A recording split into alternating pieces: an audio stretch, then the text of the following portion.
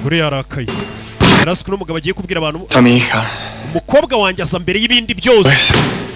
Muy cerca de mí. Ikiruta ibindi ubushuti bukaza mbere y'urukundo ngukunda. Urukundo rukaza ku mwanya wa gatatu n'umugabo abanza imbere umwana we bakurikizaho ubushuti afitanye n'abantu. Que si yo hago público. Uzingiye mu bantu nkavuga ngo nkundana nawe. Destruyo a Rafa. Inshuti yanjye magara Rafa akaba ari we mugabo wataye. Yababara. La amistad para toda la. Ni umugabo wizereye mu bushuti bwanjye nawe ibaza amenye ko mutwaye umugore. Ubwo se naba ndi inshuti nyabaki.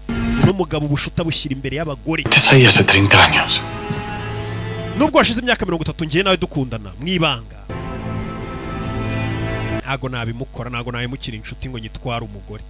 Yego hashya ariko sinatwara umugore w'inshuti ngo bitangaze ngo umugore wa runaka barasomana. Hey. Mwibanga nyine hashobora gushya ariko kugenda akabwira abantu umugore w'inshuti yanjye naramutwaye ubu ni madamu wanjye. Sido nuestro último beso. Ubu nibwo bwa mbere n'ubwa nyuma dusomanye Guillermo. Empiezas a ordenar prioridades. Genda utekereze ibyo ushyira imbere. Aprende algo muy importante. Nibwo nzongera kuguha amahirwe nk'ayo yo kugusoma numara kumenya ko ubuzima butarimo njyewe bwakubihira. ¿Qué tal te apañas? Nimuze kumbwira icyo utekereza umugore aca.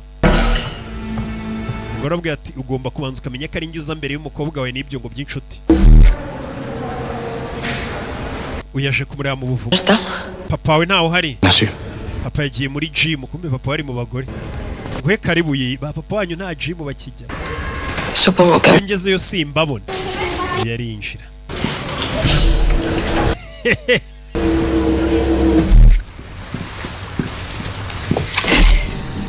Yeah. Corina. Qué corte, ¿no? Un poco. Uri kumva atameze neza yingo. Kun. Roxanne, ¿estás ahí? Roxanne, uri kunyumva yenda kumva. Creo que te voy a poner un pañuelito en los ojos. Ngiye kuba ngupfutseho